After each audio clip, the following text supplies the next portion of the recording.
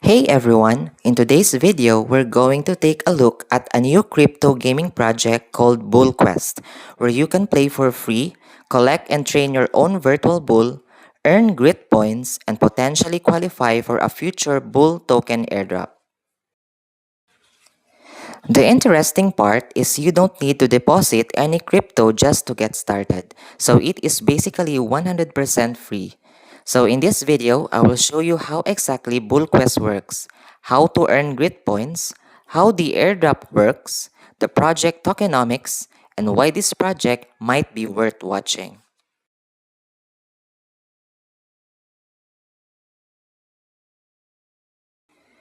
BullQuest is a game built around collectible virtual bulls.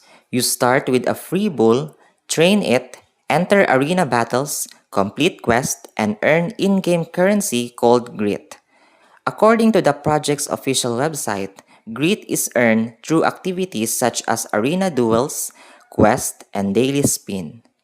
The bigger objective is to accumulate grit points because BullQuest says that your grit point balance will determine your share of the future Bull airdrop.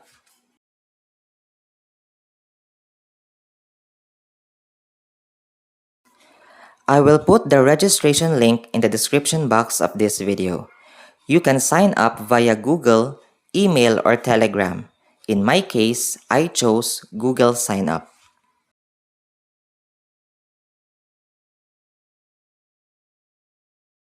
After entering the platform, you will have your own bull. Your bull has different characteristics such as power, speed, and stamina, while rarity determines its starting attributes. So as you play, your bull can level up and become stronger. So this isn't simply a point dashboard. There's actually a gaming component behind the grid system.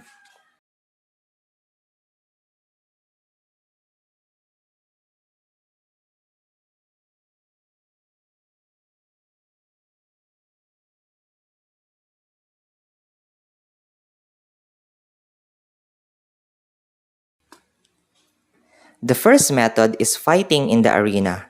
You can enter one-on-one battle against other bulls. Before the battle, you choose a discipline and stance.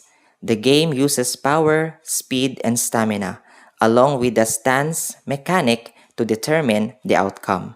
If you win the match, you will earn grit points.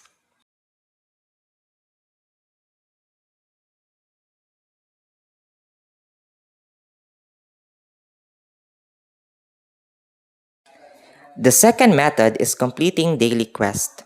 This includes activities such as playing duels and other tasks inside the ecosystem. So if you're farming this project, don't forget to check the quest section every day.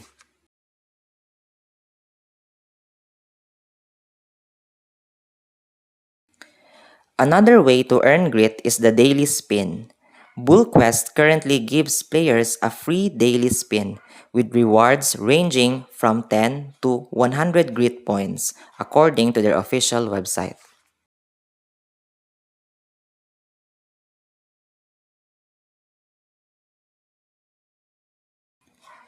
Now, here's something important. You can actually spend grit to train your bull and improve its stats.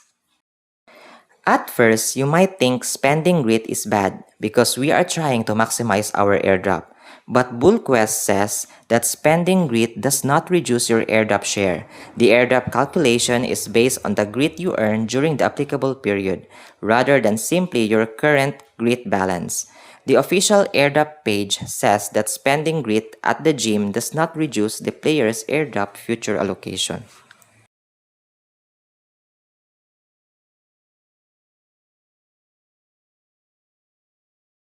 Now, let's look at the tokenomics.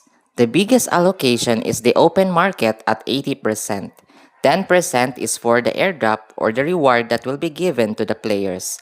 5% goes to marketing and calls, and another 5% for the team.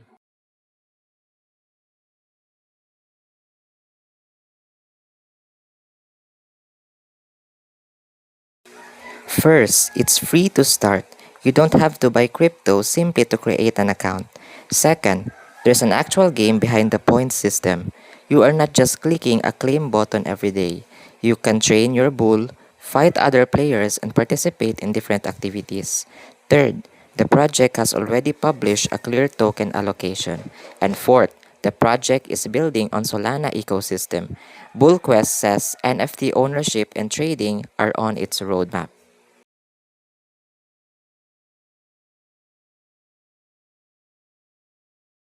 Bull has not launched yet, so we don't know its future market price. Earning grit does not guarantee a specific dollar value at this moment, and always be careful with phishing links and fake airdrop websites. BullQuest will never ask for your private key or seed phrase.